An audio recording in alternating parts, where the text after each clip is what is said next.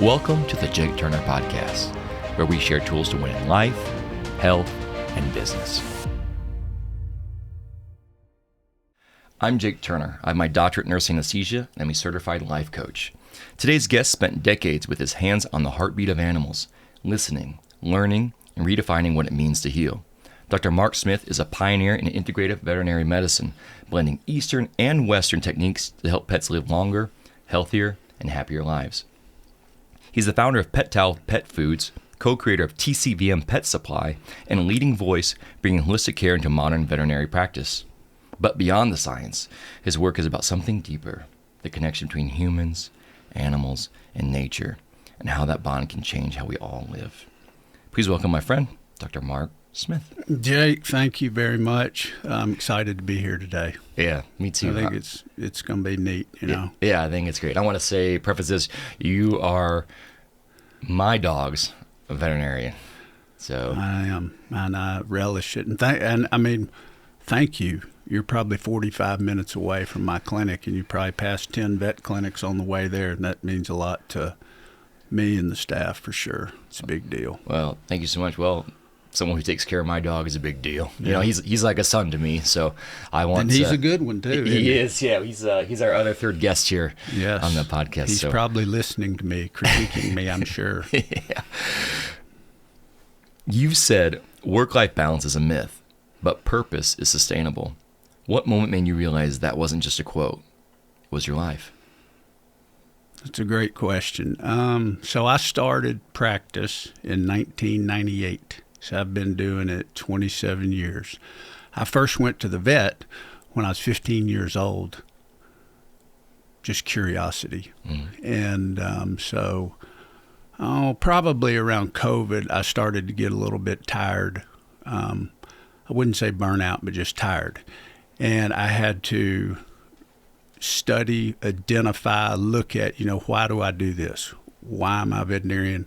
And what motivates me to do that? And that kind of got me into questioning my purpose. And when I found what I thought was my purpose, which it changes a little bit, right?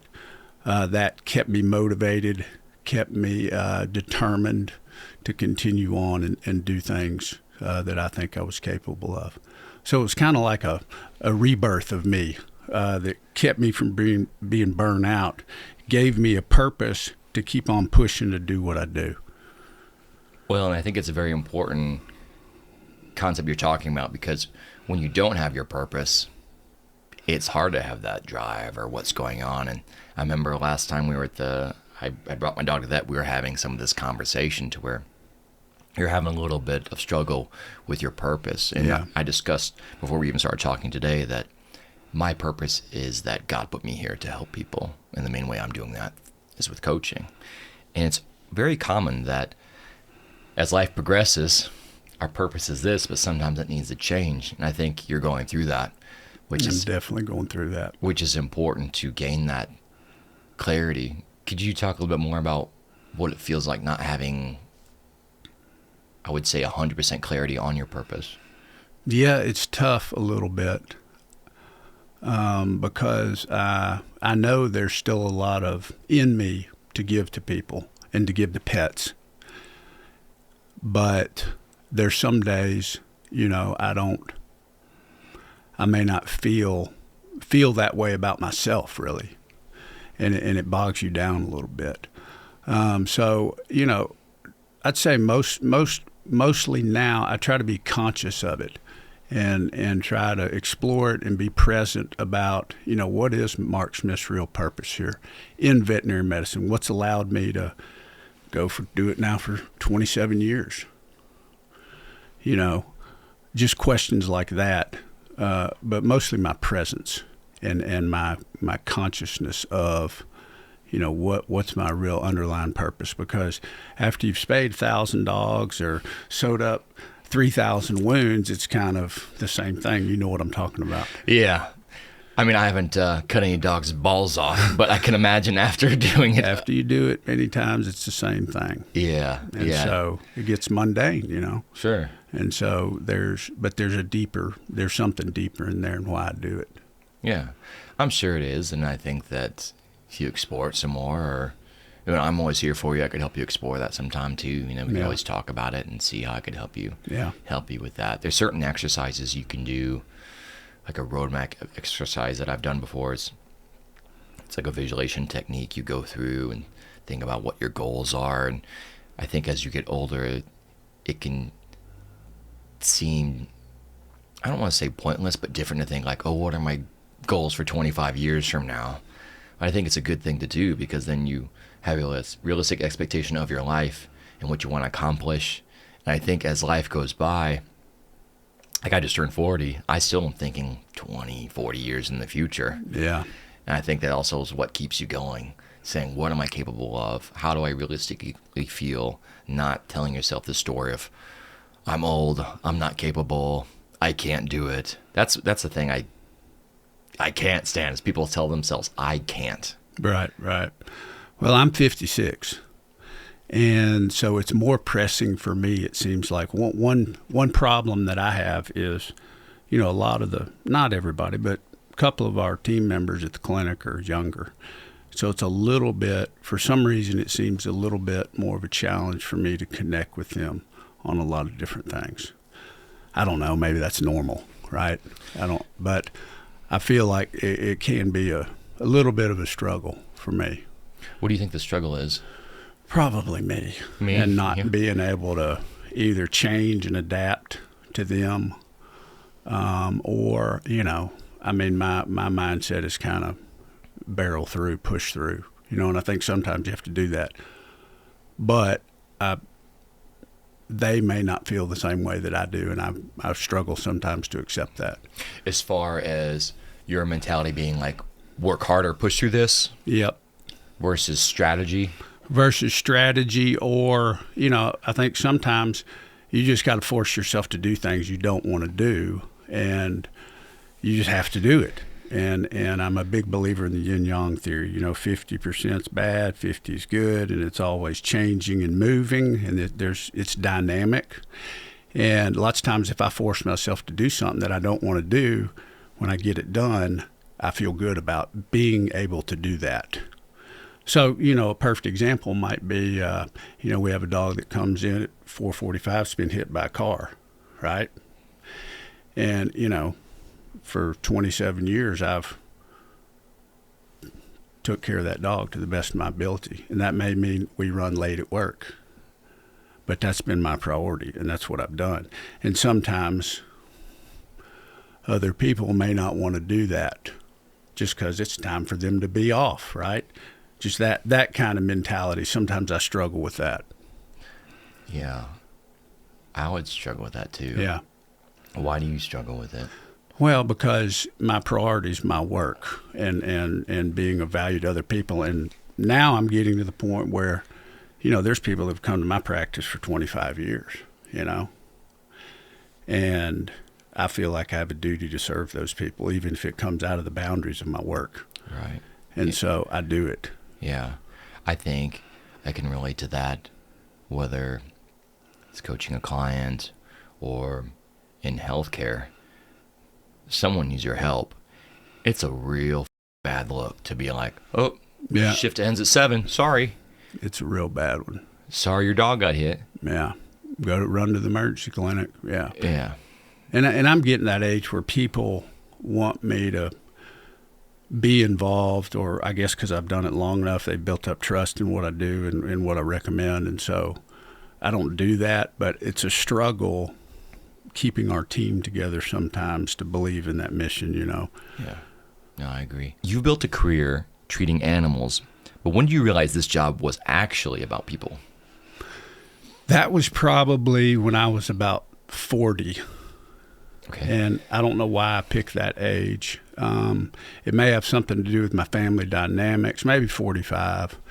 I've got 2 wonderful daughters, Anna and Lily, and I realized I didn't know how to communicate very well with them. And, they were teenagers, whatever, and, it's hard communicating with them regardless. But I wasn't a good enough listener to them. And a lot of that, the way I communicated with my daughters, carried over to the clients. And I realized I was not a very good communicator. Written, oral, body language, it didn't matter. Okay. So now if you notice, and you'll probably notice this when I bring it up, but when I go in the exam room, I sit down just like we are right now. Yeah. And that, that gives the perception that I'm invested in the conversation. Okay. That's great. Most vets don't do that. Okay. They'll stand up. I try to keep my mouth shut. And I let the client speak, because a lot of people want to be heard. They don't want to be preached to by me. They want to be heard, because everybody has a different thought process or idea about how they think or how they want to treat their dog or cat. Everybody has a preconceived notion. Some people are fear-based, where they give every shot that's ever been created. Some of them have no fear, and they don't trust the doctor or the veterinarian or whatever. They don't want to do anything, And so I try to treat people over that spectrum, because I think you give people what they want when they come in, as long as it doesn't do danger to the pet or to themselves, and you have to listen. So I really worked on my communication, and I think that's ultimately what has really helped me in my career and my personal life, is learning how to communicate better. I'm not always perfect. No. I'd say I'm not that good anyway, but the effort's there. Yeah, for sure. Trying to see how I phrase this. One of have you ever heard of someone saying what their love language is? Yes. Or ask about it? I've read more books on that than's probably ever been published. Yes. Now, I know this isn't one of them, but do you know what my love language is? It's effort. And I think that when you have a partner, you want them to put in effort. And that is a big part of a relationship, because nothing shows you don't care. And obviously there's the different types of languages, that you aren't invested if you aren't at least putting in effort. Yep. I agree. Yeah, people want to see effort. And I did read a quote, and I can't remember what it was lately, about effort and doctors. They don't care what you know, maybe, but they care that you have effort, or whatever it was. But I try to be relatable through that communication, and I've been very conscious of doing that, both with my daughters and my family and the people that bring their pets to me. So you said you're 56 now? Yeah. And at 40, you realized you wanted to start improving your communication. How did you go about doing that? Toastmasters. Yep. Are you familiar with that? I'm not. No, it sounds familiar. But so Toastmasters is a national, well, it's international speaking clubs. They have local chapters everywhere, and I was in Brentwood Evening Toastmasters. Oh, okay. And it's public speaking, communication, and leadership for adults. Wow. And I did that for years. And I kind of studied it. I mean, some of the first podcasts I ever listened to were on public speaking and communication. Here we are, veterinary guests speaking about communication skills. Yeah. And so I really invested in that, because I saw it could make a big difference in pretty much everything. And we all think we're good communicators, but we're really not. What's the biggest mistake you made when you were communicating?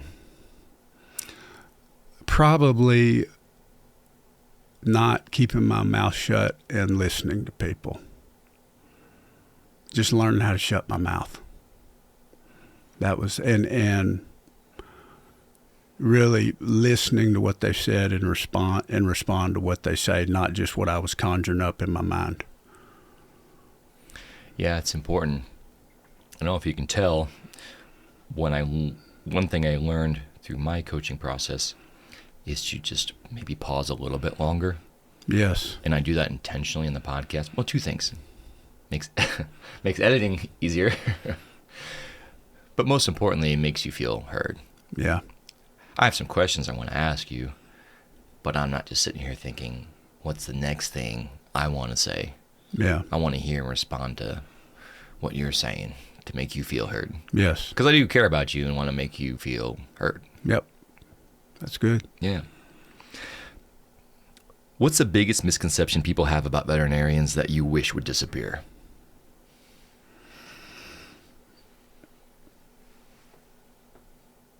I'm pausing. Take your time. I would say I've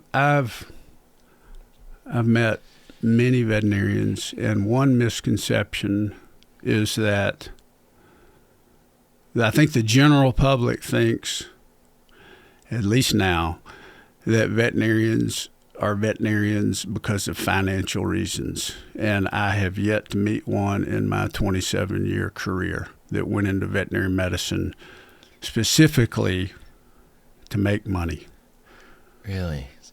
See, I'm not aware of that. I honestly have no idea what veterinarians make. Yeah. You don't have to say your wage. I'm just curious. Yeah. What do they generally make? I have no idea. Start out veterinarian probably makes $120,000 a year. Okay. You know? Gotcha. And, you know, a practice owner, which there's less of those because there's this corporate takeover in veterinary medicine. Okay. You know, they can do and make pretty much what they want. I mean, they have a small business. But I don't know any veterinarian who got into it to make money because they will be burnt out, they'll quit, they'll be disenchanted. You can't, it's not one of those fields. What's the corporate takeover in veterinary medicine? I'm not aware of this. Yeah, so a lot of corporate entities are now buying up private veterinarians, such as myself, and, you know, raising the prices, putting a corporate structure to it because it's a good investment. You know, veterinary medicine for a long time, we didn't charge enough. And so there's a gap between what we could get money-wise and what we truly got. And so corporations saw that, and so they've been acquiring veterinary practices and making those adjustments. That's pretty common nowadays. So a company like Amazon or BlackRock eventually could maybe try and buy veterinary clinics? I mean, I'd say, well, the big ones now are like Blue Pearl. Okay. You've heard of Blue Pearl. I They have do not, emergency and specialty practices. Is it? Okay. Veterinary emergency groups, a big one. And they're all over the place. But they buy them, they put them all together, they roll them up like in human medicine, and then they either resell them or they capitalize off the corporate structure, the increased revenue, and that type of thing. Sounds complex, and my gut feeling it's not a good thing. 'Cause what do you do when a customer can't afford to pay for emergency service that a pet needs? Well, in my clinic, I have the freedom to do whatever I want, right? And so some of that depends on the person. It depends on, but I always try to meet people somewhere where we provide a good service, we do something good for the pet, and the people feel comfortable about paying for it, So I just have a conversation. I use my communication skills, right? I mean, it's pretty common. You may have a husband and wife come in there. Husband doesn't want to pay for the dog. Wife does, or vice versa. And so, I turn into a counselor or a mediator, Sounds stressful. That is stressful. It is stressful. Yeah. But I'm comfortable with it now. Yeah. But I try to, if somebody walks in, they say, my dog, I can't pay for this. If they're up front, I'll finance it for them sometimes, I don't like when they try to screw me out of money, though. Of course. Right? But I try to make it work. At a lot of places, that doesn't happen. It's a take it or leave it proposition, Gosh. And that's hard. But I try to make it work. I've always done it that way. Yeah. What's the best diet you could feed your dog?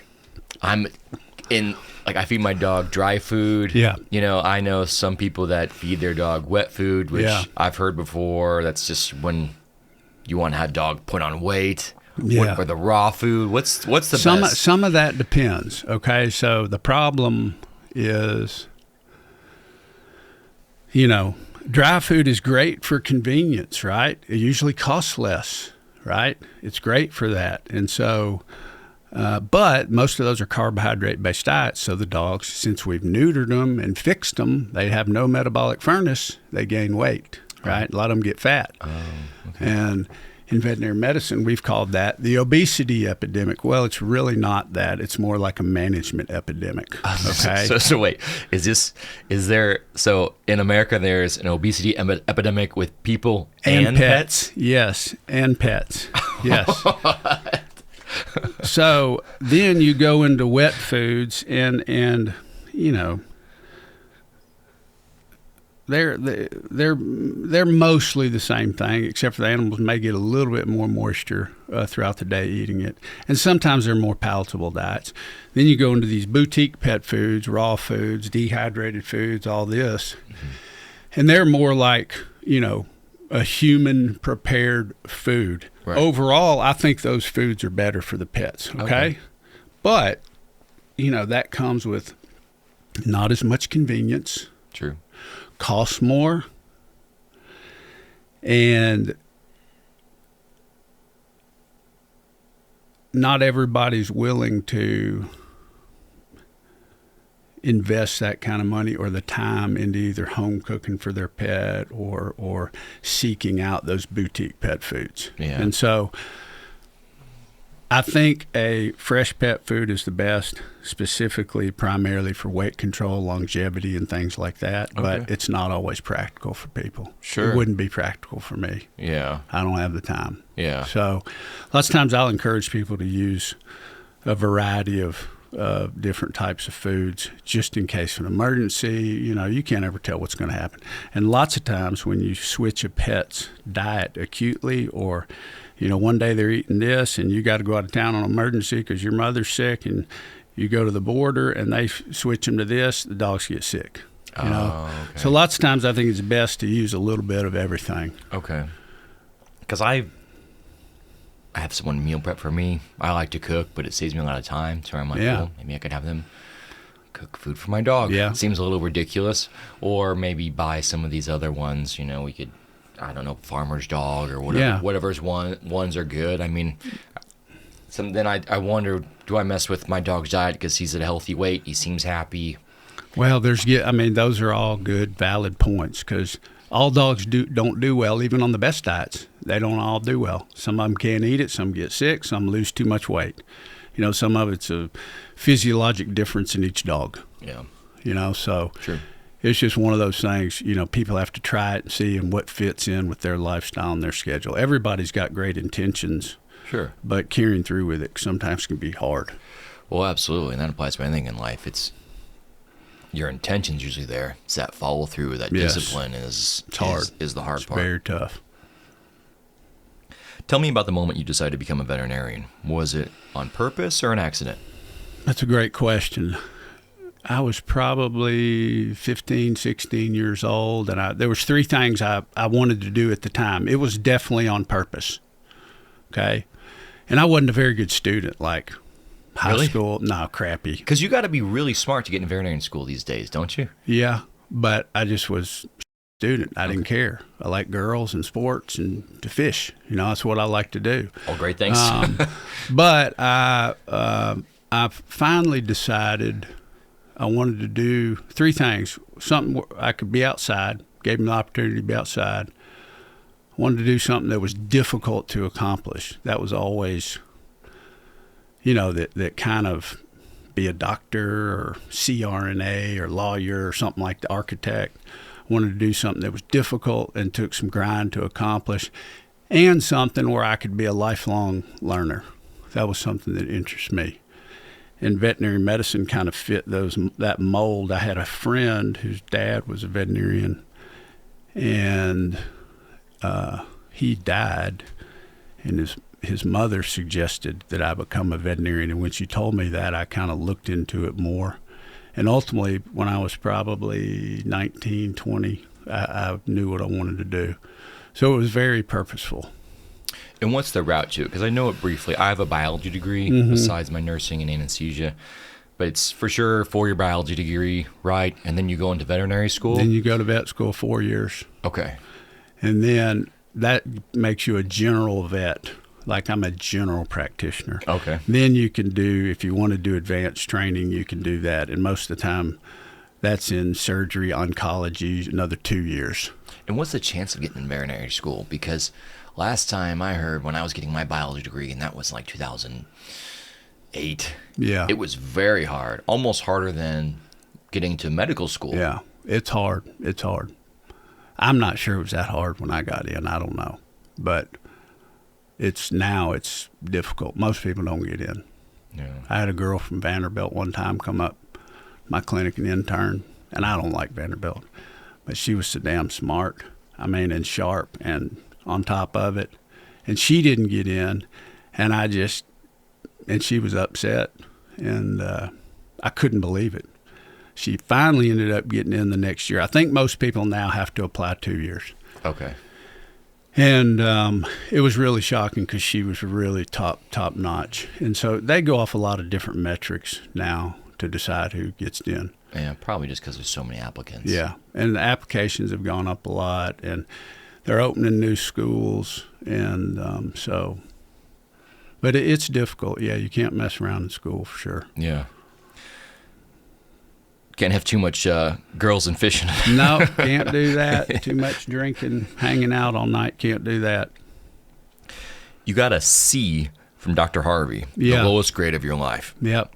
How did that single letter become the spark that changed everything for you? That's a great story, and I tell it all the time. I'd done pretty well in school, and I'd done pretty well in vet school. And our last year, you go through, clinical rotation where you see pets at the university. And Ralph Harvey, I hadn't seen him in years. He was my anesthesia teacher, and he was good. He was a little intimidating, right? And it's like in anesthesia, you can't sit back there and smoke a cigarette and drink a beer while the dog's asleep. You can't? You got to be on top of it and always have that always that mild sense of, if something goes wrong, what do I do? Correct. Well, anyways, after my rotation, he gave me a C, and one of the comments was he questioned my dedication to veterinary medicine.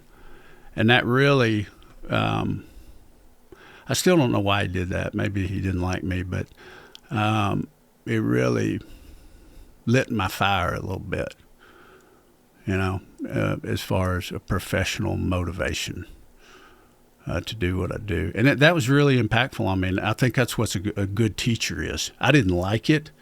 I didn't want to hear that, but it did motivate me, And I think where having a coach in your life, you think like not just about me and my business, of course I like to talk about that, but a coach of like a football team or any coach you're hiring, you want them kind of rub you the wrong way a little bit, Yeah. give you a little bit of accountability. And what's ironic is that C that bothered you the most was in the word comment. The I think comment bothered me the most. it was the comment that Yes. bothered you, not the grade. Oh yeah, comment bothered me. Yeah, and that's what I thank him for that comment. Now at the time I was too young and dumb to know it, Sure. but it really motivated me to do and become better. And I kind of wanted to prove him wrong, and I think I have. You know? Yeah. Yeah, which sometimes is a teacher, you can motivate someone in that way. And if you talk to them again, you're like, well, that was my intention. Yeah. He did a good job. And that's what worked. So, I mean, you're at where you're at today. I think you should be very proud of that. So Yeah. it's awesome. You said the story Where the Red Fern Grows shaped your view of loyalty and loss. What did that book teach you about love and death? Have you seen that movie? Have you seen it? I think I saw it in grade school. Yeah, it used to be a kid's They book. roll it out with the TV with a big fat back Yeah, on it. yeah, It's yeah. sad.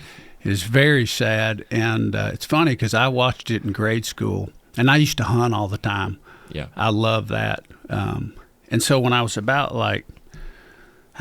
25, maybe earlier than that, maybe 20, I'd watched it in grade school. Then I went back and I bought that VHS tape and watched it again, and it's like one of my all-time favorite movies, just because it's a classic story and it kind of reminds me of my my childhood, I guess, and how we did, or I feel like we did things that were very wholesome, maybe. And it's just that story's always impacted me in, loyalty, competition, drive, determination. It's just been pretty impactful on me.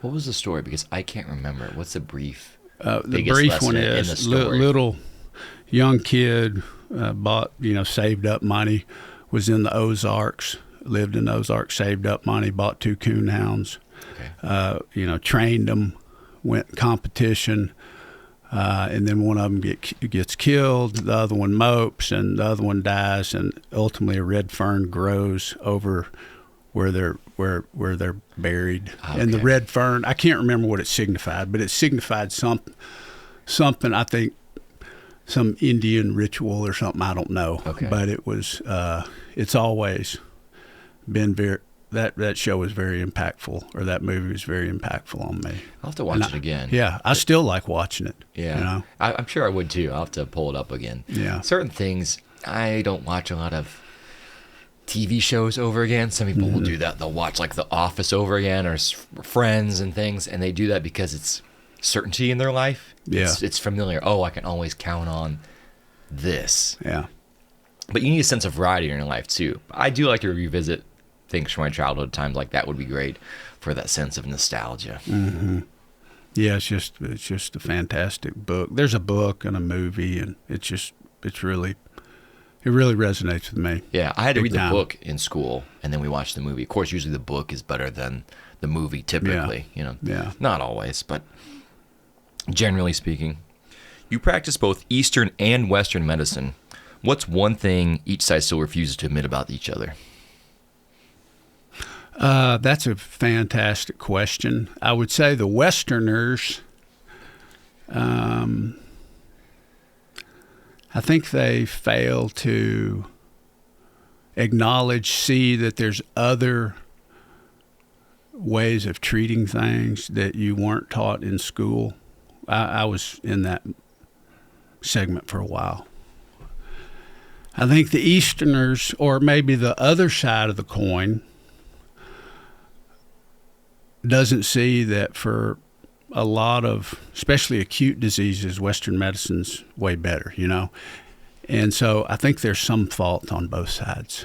Okay, I don't know the difference. So give me an example of what Eastern medicine looks like in a veterinary practice. Okay, so Eastern medicine, typically you're talking about traditional Chinese veterinary medicine. Okay, there's 5 branches of it. There's herbal medicine, there's Tai Chi, there's Qigong, there's acupuncture, and there's something called Tuina, Tuina, which is massage. Okay. Can dogs do Tai Chi? That would be... No, I'm sorry. Tai Chi's the wrong one. Hold on. Well, Tai Chi, no. I can't. I'm losing my mind right now. I can't remember all of them. Oh, that's okay. But anyways, the main ones we practice are herbal medicine and acupuncture. Okay.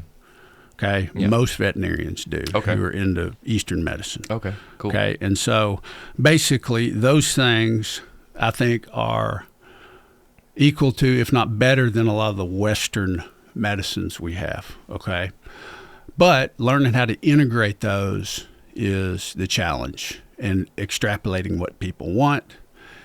There's different ways of doing that, but acupuncture and Eastern herbal medicine are the primary ways that Eastern medicine is practiced in a veterinary setting. What would be something herbal you could treat your dog with? Well, that brings up something that's somewhat complicated. See, the Eastern system of medicine is totally different than the Western system of medicine. Okay. So, how so? Well, this side is based off the yin-yang theory and like natural, how the animal or the living being exists in the world, okay? And I know that sounds crazy and complicated, because it is somewhat, but it primarily goes on, history. When you're talking to somebody, you look at their tongue for the color, clarity, and the coating on the tongue. You feel their pulse to determine things. And you look at things a little bit differently than you would as a Western doctor. So it's a totally different kind of system than what Western medicine is. Huh.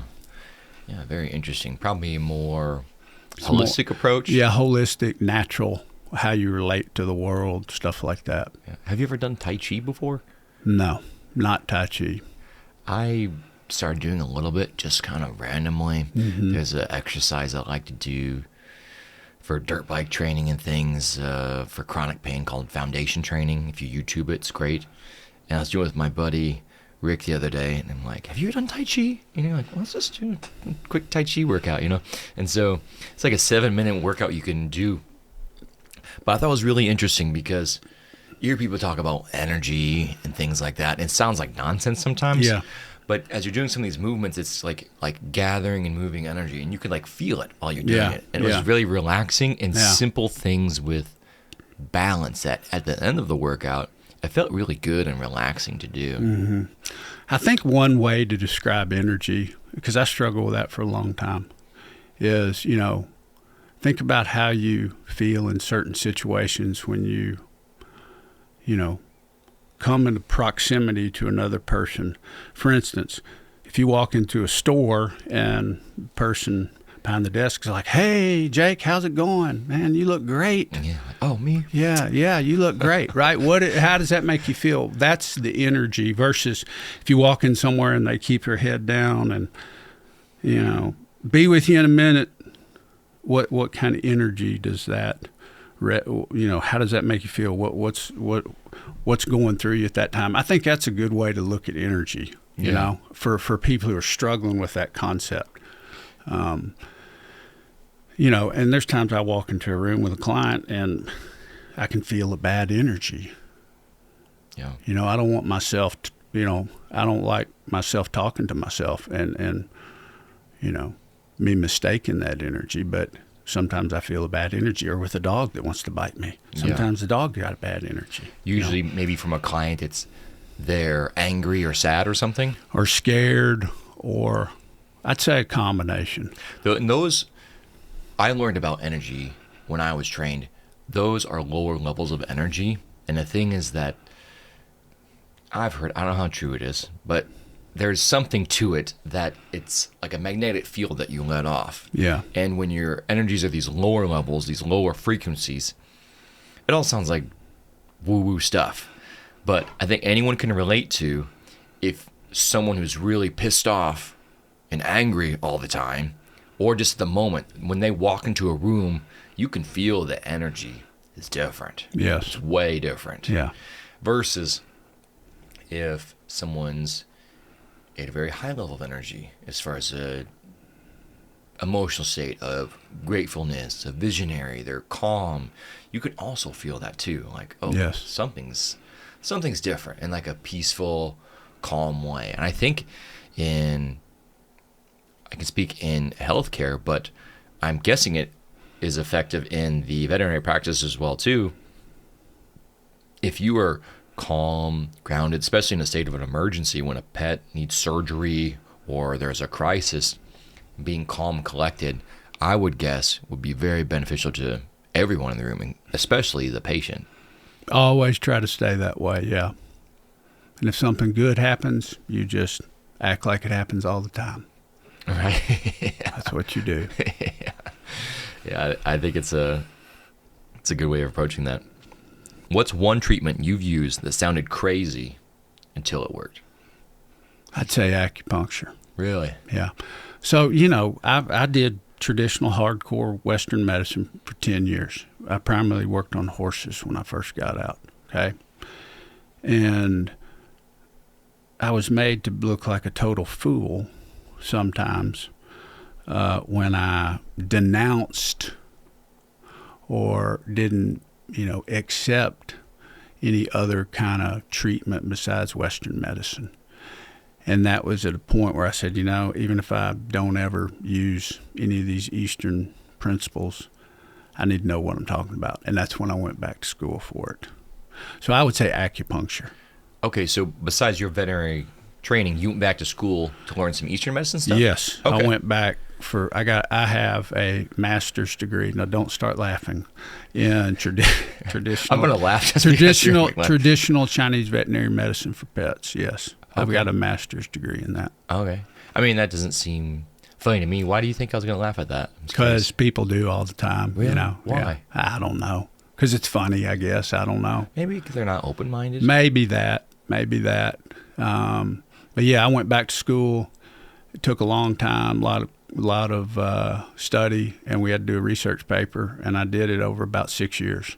Yeah. So what would be an example of something you learned from that practice that I could use for my dog potentially if he was having a problem? I think food, a lot of foods. That's one thing I forgot earlier. You asked me about Eastern medicine, what it was. Food therapy is a big component in Eastern medicine. I forgot to mention. Okay. And how we use foods to,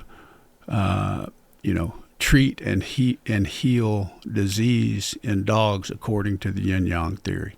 Okay. So, for instance, if you have a dog that pants all night, a lot of dogs as they age, okay, they'll walk around the house, they'll be agitated, and they'll start panting all night long, like a storm's coming or something. Really? That's what they kind of Fireworks. act like. Yeah, that's the way they kind of act. Okay. And so in Eastern medicine, you call that a yin deficiency.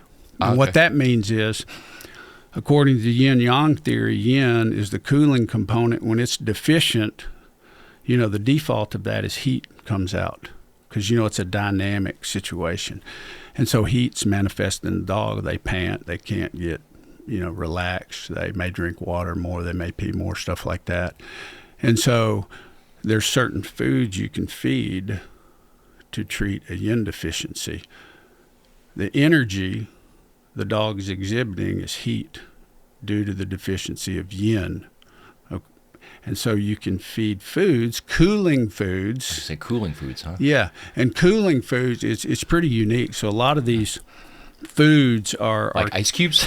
no, not that. I mean, that would be temperature. That's not energetic. No, I'm just joking, but yeah. The energetic quality of the food is determined a lot by how that food behaves and is grown in nature. So, a lot of cruciferous vegetables like turnip greens, they're grown in the winter, so they're cooling. That's opposed to corn, which is grown in the hottest time of the summer, are warming foods. Wow. See what I'm saying? Yeah, I do. And It's pretty, actually, when you study that, or when you study traditional Chinese medicine, it's pretty unique that people were able to make these observations years ago. yeah. I'm kind of a nerd, so what it makes me think of is in games like Zelda, if you're in like a cold environment, they'll have you eat a food that makes you hot. It's actually similar to some of those foods, I believe. Yeah. Like, Yeah. wow. I never thought about that. Absolutely. What about, I'm pretty sensitive to some foods I've learned through doing some genetic testings and Yeah. things. I'll drink celery juice. That's actually what I have in here. This is not this is not coffee. Yeah. I'm pretty sensitive to caffeine. It makes me feel really good. Would that be beneficial for my dog? Because there's certain foods that are not good for dogs, of course. If your dog had signs of heat, then yes, because celery is a cooling. Energetically, it's cooling. Okay. Wow. So it may be helping you, and heat can be anything from, excessively active, Okay. right? Yeah. If you're, if you have high blood pressure, if you're determined, if you're moving a lot, I mean that would be regarded as a heat energetic as well. And so some of that celery may be cooling you down a little bit and making you feel better. That's what I need. I'm energetic, determined. Yeah, it's like my entire. What would be my yin? Right, would be too much. That would be heat generating, or would be too much yang. You'd probably have yang excess. Okay. That's what and some of it depends on Need to be age, yinning. right? As you get older, you get more docile, I'd say. When you're younger, you're more active. Yeah, of course. And so there's a big spectrum over how all this is put together to arrive at the foods to eat or to arrive at the herbs to prescribe. There's a big, it's more than just, your personality. It can be your age, it can be male, female, just all those type things. All natural events. Yeah. Definitely key. And I mean, I think it's good to understand how our personalities, our emotions can dramatically affect our body. Absolutely. That's it in a nutshell. Yeah. How is AI affecting veterinary practice? Well, we use it and it helps our efficiencies. I would say the main way is efficiency. So what it will do for us, the majority of our appointments we record, okay? Okay. And then that recording is put into the record. And we have a veterinary specific AI system, and it's really good and it rarely makes mistakes, and it can make a synopsis of, you know, what goes in our historical record just by listening to our conversation. It's pretty amazing. Yeah. So efficiency, I would say. Yeah. I use AI a lot in my life and my business. And do you think someone listening to this, if they had certain prompts and frameworks to help them learn AI and how to use it in their life and their business, you think that would be helpful? Absolutely. If you're watching this and you want the prompts and frameworks I use for AI to improve my own life and business, go to my Instagram at Jake Paul Turner, DM me the word podcast. You got to follow me, and I will send you the frameworks for AI that I use. While we're at the moment, how can people find you, your veterinary practice, to reach out to you and get your services? Natchez Trace Veterinary Services, 6614 Highway 100, Nashville, Tennessee, 37205. Our phone number is 615-750-2248. And your Instagram, I believe, is Natchez Trace Vet. Yep. We looked up earlier. Yeah. So go to his page, follow him, check him out. I mean, you have people who drive hours to come see you. Yes. It's a big responsibility. Including myself. It usually takes an hour Yeah. for me to come see you.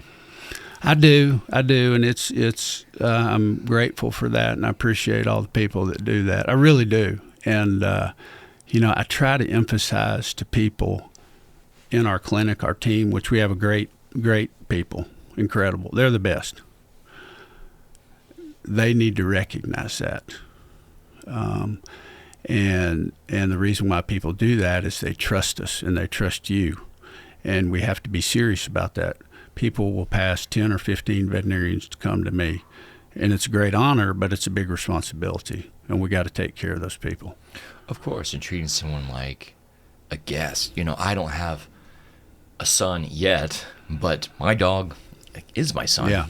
Yeah. You know, and the more I've trained him, and as just time has passed, I've grown such a bond with him that it becomes irreplaceable. It's pretty powerful, yeah. Yeah. I'm very impressed with your staff, I got to say. Whenever I'm there, people seem very friendly and positive. Things go smoothly. You know, it's no nonsense. We talk about a lot of these things that we're talking about here. Your energy, you know, how we make people feel when they come in the clinic. We don't want anybody to feel, you know, where they're not heard, where they don't have a say, where we are pushy about doing stuff. The answer to that's no. We're not doing that. We lay it out there. If people want to do it, great. If they don't, great too. We try to let them make good decisions about their own pet. And a lot of people come there knowing what they want. They've either been somewhere else and had a bad experience, or they feel like they're giving their dog 50,000 shots every 3 months, that type thing, and they just don't want to do it, you know. So I really try to focus on, you know, these people have spent half their day coming over here, and we got to deliver for them. I heard something recently. I am part of these marketing groups. I'm learning about social media and things. And one of the persons in the group is a matchmaker. And they were watching some videos of my dog on Instagram and things. And they said that, oh, your dog seems really sweet and loving because you taught him to be that way. How true is that? Do we teach our animals how to love and be sweet? I think it's probably just in the animal. I think so too. certain breeds? Yes. I mean, like a golden retriever.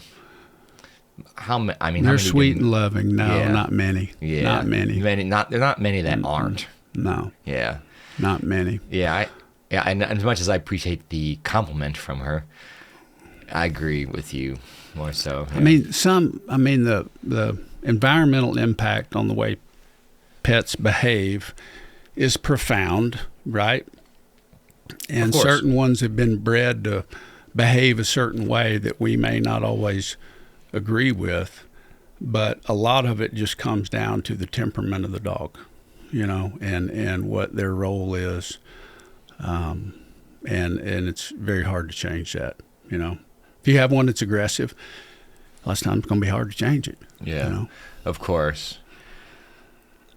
Oh, I should ask this question, but what's your take on pit bulls? There's always a big I love pit stigma bulls. around it. Yeah. I'm just curious what your perspective is. Them as a dog as a whole. I mean, I've done this for 27 years, and I've probably had 2 or 3 that were problematic. Most of them are great dogs. They've got a bad reputation. Right. And a lot of that is, their breeding.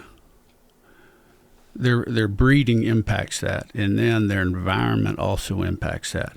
But the majority of pit bulls, I don't have a problem with, never have, and I think are good dogs. Yeah. I'm just curious because I don't know. Only time I see them at the dog park, I'm always just kind of weary of certain breeds of dogs. Yeah. I guess more small dogs would I worry about because they seem like they're a little bit more aggressive for whatever reason. Maybe it's because they're small, they want to defend themselves. Yeah. Maybe. Bow up, yeah. Right. It makes the most sense. So I'm like, I see a big dog, I'm like, they're probably fine. But the small dogs I worry about. I've been bitten before by small dogs in dog parks. I mean, most of those pit bulls are really strong. They're intimidating, right? Yeah, of course. They're intimidating. Yeah, understandably so. But their temperament is fine unless they have been bred a certain way or been trained a certain way. Yeah. Generally, they're good pets. Yeah, good. You've said nobody cares how much you know until they know how much you care. What's one time you failed at that, and what did that teach you? I was referencing that earlier. Oh, was it? Yes, Okay. that was what I was talking about. That. Okay, when we talk about that.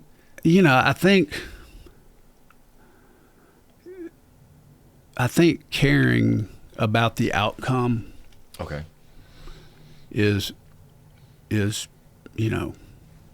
one of the most important things I do in my job, right?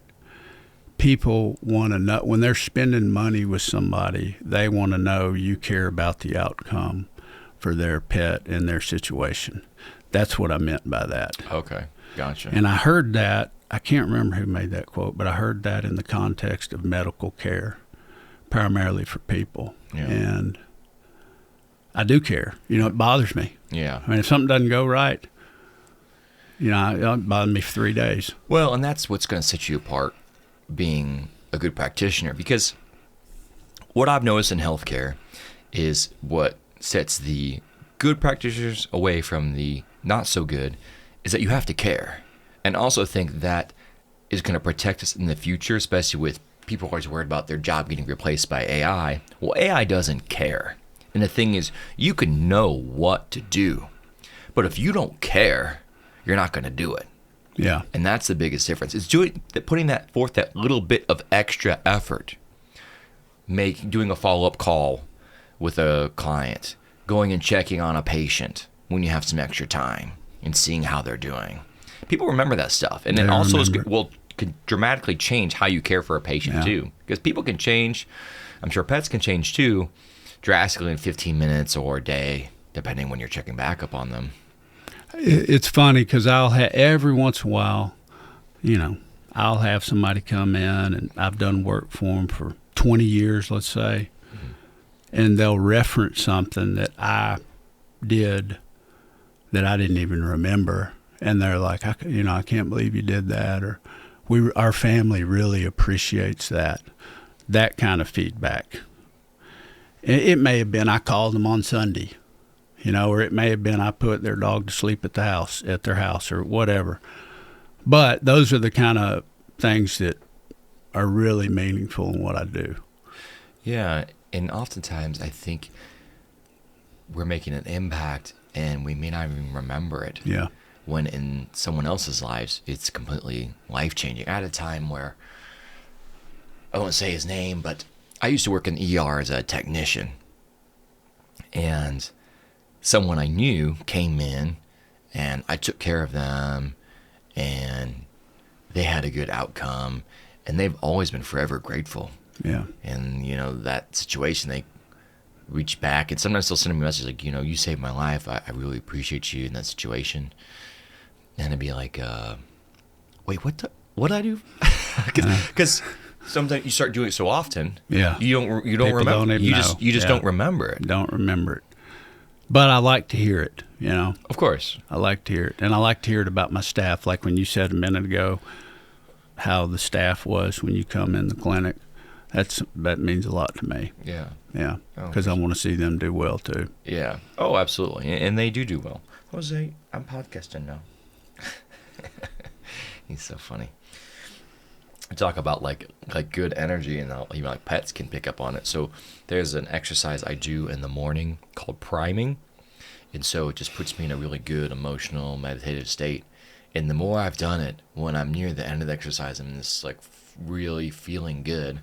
My dog usually gets up and is getting all excited and feeling really good. And I don't talk at all during it or anything. You know what I mean? So it's just it's interesting. It carries over. That's true. How that works.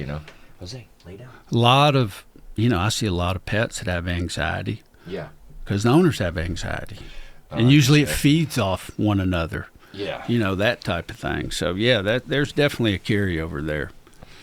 Do you think most veterinarians burn out because of the workload or the emotional weight? Emotional weight. It's a lot. What's so emotionally heavy about being a veterinarian? That's a great question. I would say, in my case, complaints. Okay. Right? So from the people. Complaints from the people. And I'm going to give you a list. Complaints from the people. Bad public reviews. We get that. Failure to communicate on the vet's part that leads to complaints, and bad outcomes in practice. I mean, it's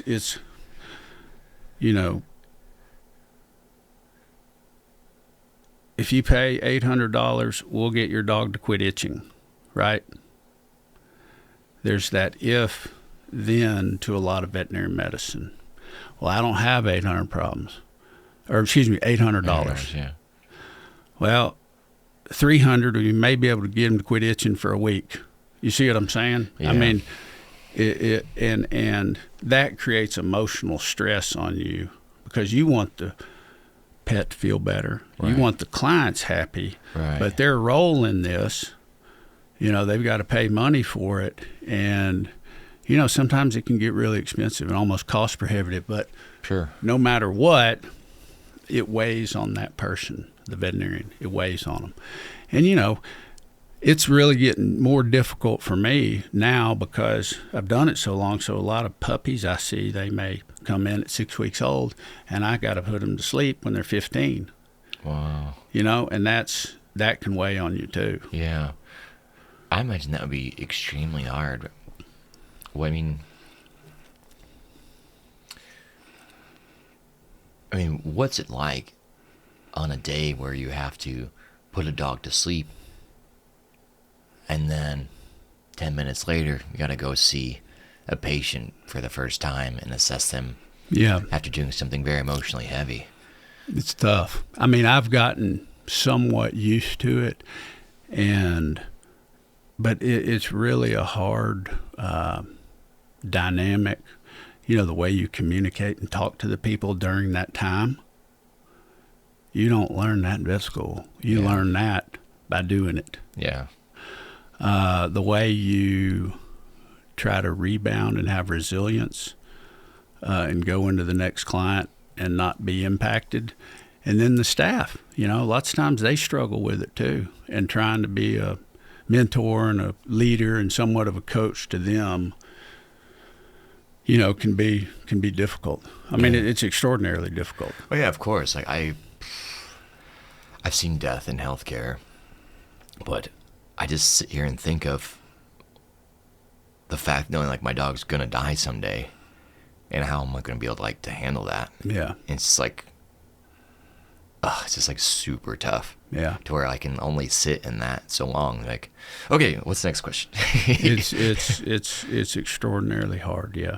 And you only learn it by doing it over time. Yeah. And you learn it by investing and empathizing with other people's feelings. It's really difficult though to go from 6-week-old puppy to 15-year-old dog, putting it to sleep in front of the whole family. And you've seen that dynamic play out over time, and the importance of that pet in that family situation is tough. Oh yeah, I had a friend who they had their dog put to sleep at their house. They brought him there, and that's how they did it. Like, I don't know if I could do something like that.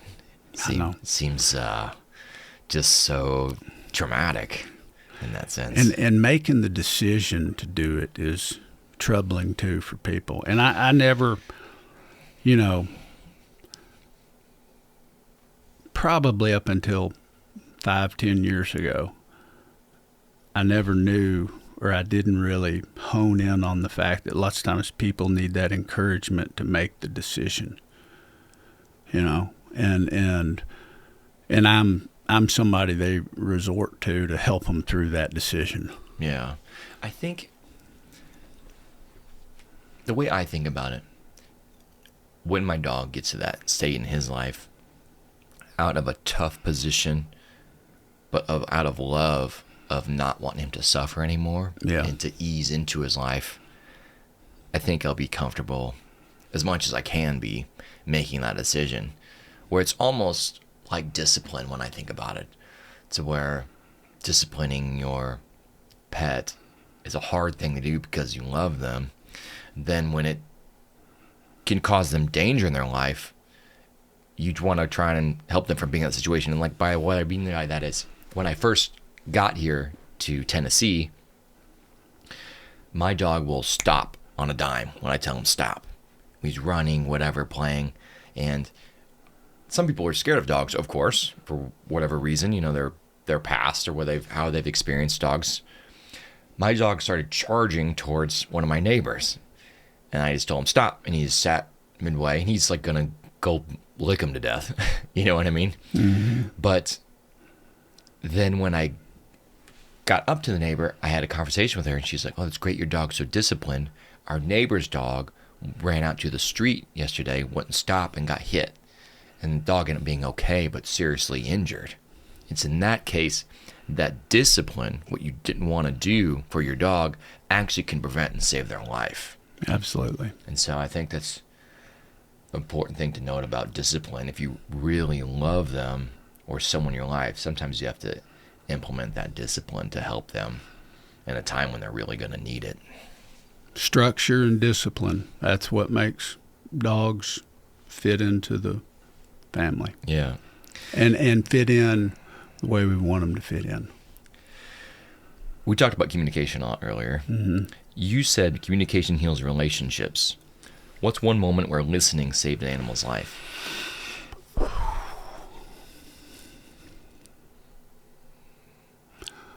I would say that I can't think of one specific moment, but I would say that listening has led me to be a way better practitioner that has probably helped me prevent diseases in pets, and that translates into, a better life or extending length and quality of life.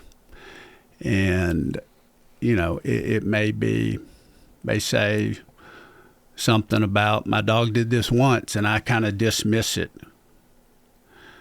I've learned how to better take, the information that's given to me collectively and turn it into a better treatment or prevention program. Does that make sense? Yeah, totally does. I can't think of when I've listened and it saved a dog. I can't think of that really. Yeah. Well, in a way it has, because if you're preventing things or you're giving a client room to talk about their pet, that might be that one last phrase they say that will be that key piece of information. Like, oh, now that you said that, that makes all the difference. To where if you weren't completely listening to everything they said, cutting them off, oh, I know what they're going to say. Yeah. You missed that piece of information. Yeah. What's the hardest conversation you've ever had with a pet owner, and how'd you get through it? Oh. Unexpected death. Yeah. Anesthetic death. Yeah. That's rough. Yeah. I mean, I've probably, let's see, I've probably had totally unexpected, just totally unexpected, probably 5 times in my career. Okay. And that's one of those that, I mean, it's like you just got to, I mean, it's like you're totally unconscious when you're talking to the person almost. Sure, probably in shock yourself. In shock, and generally the people are all pissed off at you. You know, at first they usually hang up. You know, we talk. Usually it's on the phone. Okay. Because what's happened is somebody's come in for a routine procedure, and you know there's just some unexpected consequence, and so we usually call them, and they usually just hang up. And then they come back and they get mad. They want to know what happened. And lots of times we don't, you know, we're not going to know everything that happened. But yeah, you have to be, I don't even know what the right term is, but it's almost like I'm a robot. And I just, you know, I'm a robot when I talk to them. Kind of withholding emotions, I guess. So you can even get the words out, I guess, probably. Yeah. And I can think of one client now that's happened to that still comes back. A lot of times people quit coming to you, you know. And that's I mean, that's reasonable. Sure. But, you know, I mean, the more dogs you anesthetize, the more chance that's going to happen. Or cats even, you know. Yeah, any pet. I mean, I know anesthesia is a risk. But it's very... it's almost like you're just a figurehead, just talking. Yeah. And you're numb, you know. And for anyone listening to this who doesn't, I don't want anyone being scared of their dog getting anesthesia per se. 5 times out of you've been practicing how many years? 27. 27. So 5 times out of how many surgeries do you think? A lot. Not too many to count. Yeah. It's not, I mean, anesthesia in pets is pretty safe. Yeah. But you always have one, especially in these, you know, line-bred cats or, you know, closely bred dogs, you know, that have, you know, certain ingrained idiosyncrasies, most likely with the heart, that we don't have the capability of screening for, or even if we do, we don't know how the outcome's going to be, you know. Yeah. So probably heart rate, blood pressure, or oxygen saturation, I'm guessing. One of those things goes wrong, if I had to guess. Yep, just one of those goes wrong, yeah. And lots of times it's like, you know, subtle subclinical disease in a younger animal born with some kind of heart problem that you can't hear on the stethoscope, that type of thing. Yeah. And so it's, but that is the hardest conversation by far. Yeah, and I mean, understandably so. And yeah, it's one of those where you're like, I really don't want to do this, but you just have to force yourself. It's that 50-50, you know? Yeah, that's part of the job. Yep. Unfortunately, you know. It is. What can you do? If you had to choose between saving a business or saving your integrity, which one wins? Integrity. Yeah, I figured that. That makes the most sense about you. Yeah. Especially after having this conversation. You know, it's amazing just sitting down and talking with someone. It's been about an hour now. How much you can learn about someone just by asking them some questions. Mm-hmm. I'd say integrity. Yeah. You've built one of the most integrative clinics in the South.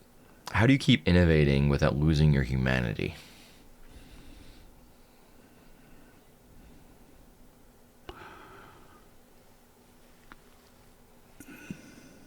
I always try to look for efficiencies, either in the staff's time or how do we deliver better things to the client for free. For instance, if somebody asks about natural flea and tick control, let's say. Okay. Instead of me regurgitating a bunch of stuff, we have a knowledge base set up where we can email those articles right off the bat, or even in the exam room. Oh, that's nice.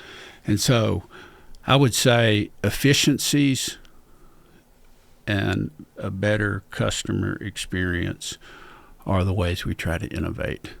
Do that. And I also try to be innovative with how we train our employees. What's a way that you're being innovative training your employees? Talking about things that I think really matter as far as defining their job satisfaction. Because to them, it's just like to us. Once you give 1,000 rabies shots, it becomes boring, right? It's no different. And so can't wait to give a rabies shot today. So I try to challenge them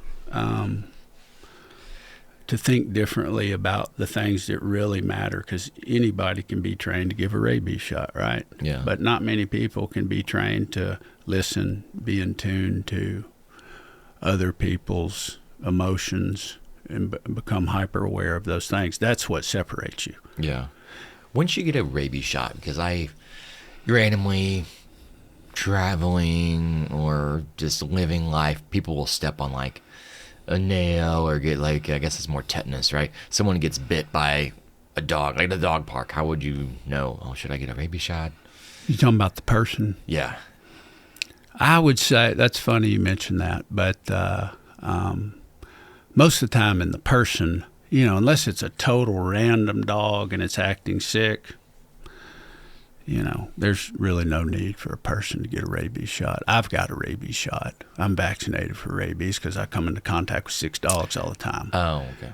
Well, but the general population, now if you go and report the dog bite, then I think the healthcare provider's got some obligation to the patient, and then they notify animal control. They check on the rabies status of the pets and that type of thing. Okay.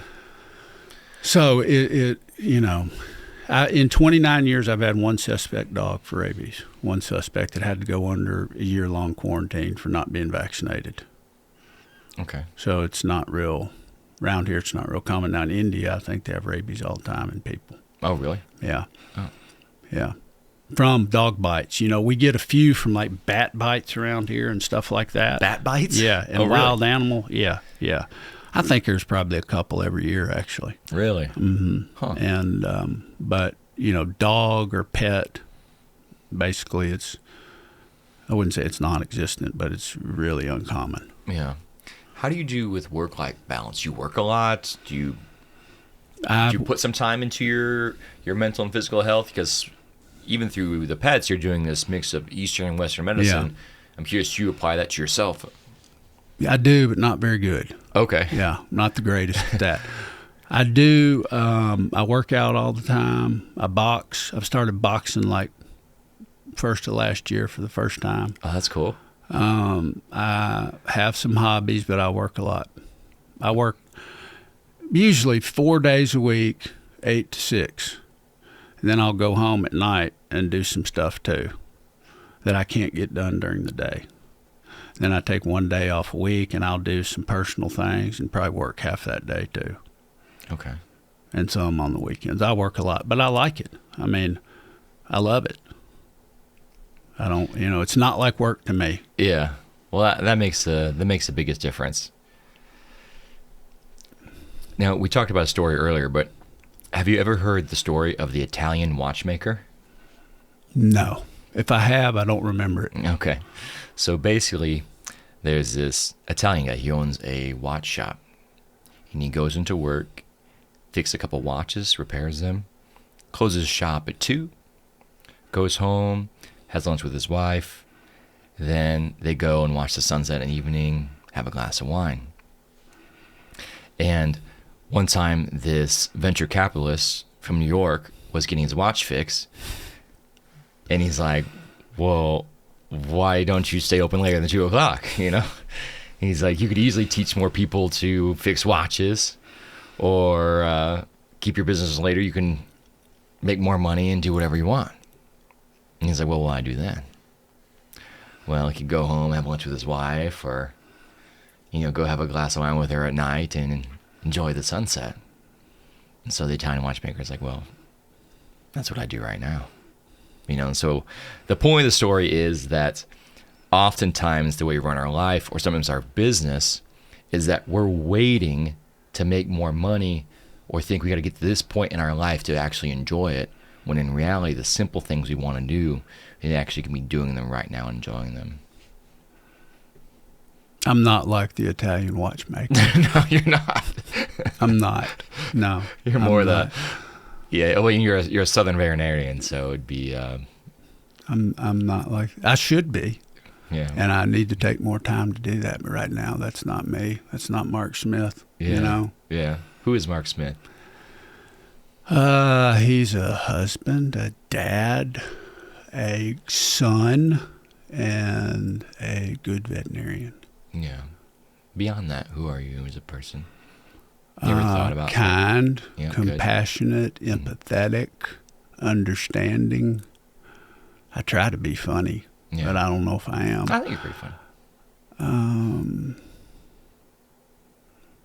Thankful, appreciative, determined.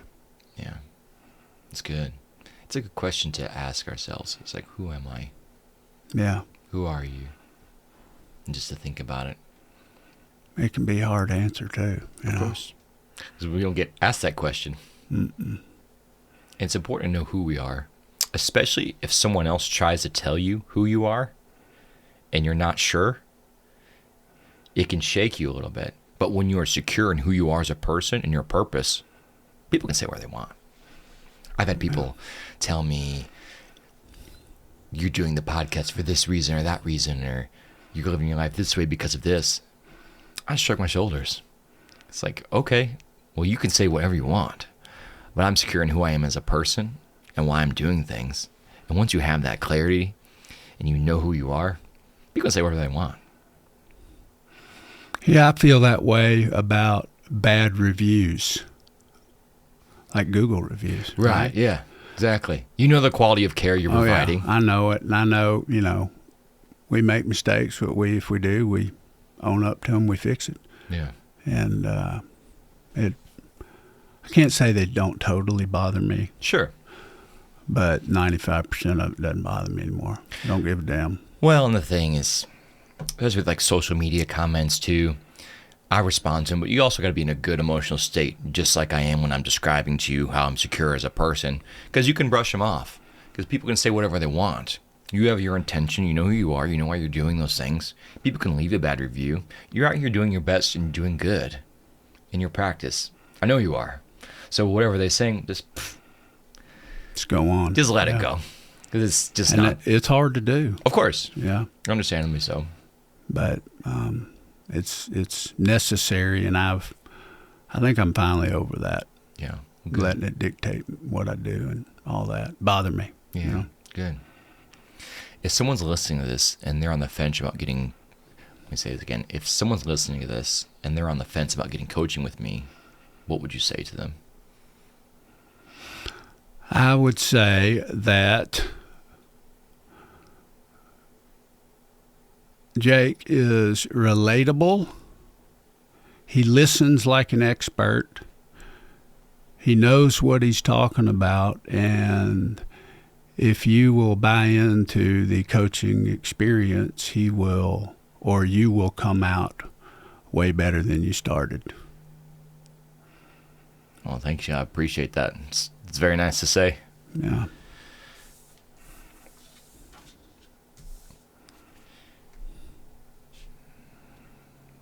If you had a chance to talk to your 9-year-old self,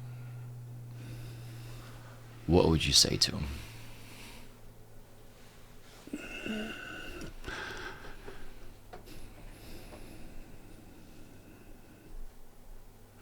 I would say, don't doubt yourself. Don't buy into self-doubt. That's what I'd say, because I had a lot of self-doubt when I was little. What did you doubt? Well, like I said, I was a crappy student, and that played a role in my self-doubt when I was young. I couldn't listen, right? I couldn't listen for 1 minute to the teacher, and I didn't care. But that led to self-doubt over time. Didn't think you're smart enough, maybe? Either that or capable. I was capable in sports and other things, but academically, I just really didn't care. But that caused a lot of self-doubt in me. A lot of people get this for whatever area of their life. I'm not good enough. Yeah. It's tough. And I really didn't have a direction. I was kind of, you asked the question earlier, was it purpose or accident that you were a veterinarian? I mean, I found something that guided me to be a veterinarian. And that, then I had motivation, but I still carried a little bit of self-doubt. And I'm not sure I don't carry any self-doubt now, or that I know of, that I can identify. But, when I was little, I think I did. And you can't doubt yourself. You just got to give your best effort. And what happens. It's out of your control.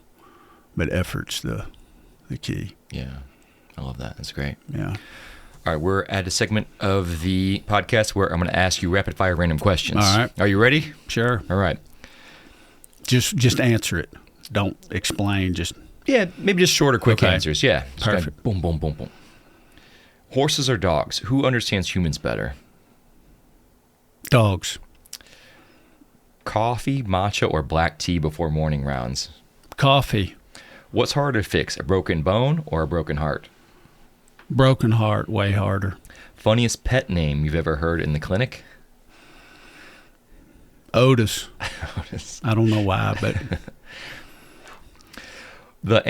What's the one animal you secretly wish you could treat but never have? Elephant. What's your personal ritual before a long surgery day? Drink coffee, plenty of coffee. What's your favorite Southern food when you finally clock out? Turnip greens. If you could instantly speak to one species, which would it be? Probably a cat.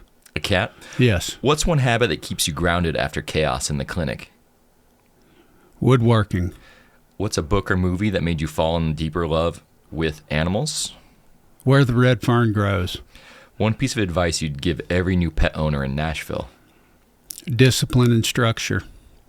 What's your go-to stress relief after a tough case?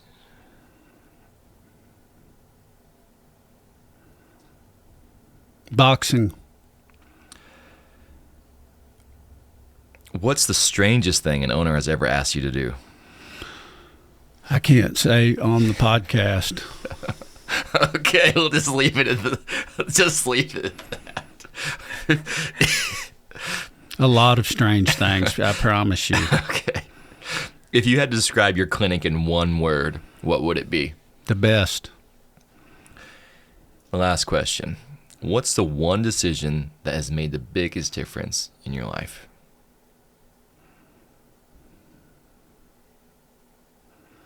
I'd say my focus and hyper attentiveness to communication and the goal to improve at it. Awesome. Marc Smith, thank you so much for the podcast. Thank you. Really appreciate it. Thank you very much. Great job. I enjoyed it. Thank you for having me. Oh, yeah. That's awesome. Thank you so much. Thank you for watching the Jake Turner podcast. Be sure to like, subscribe, and to follow me on all my other social media platforms. The links are in the description below.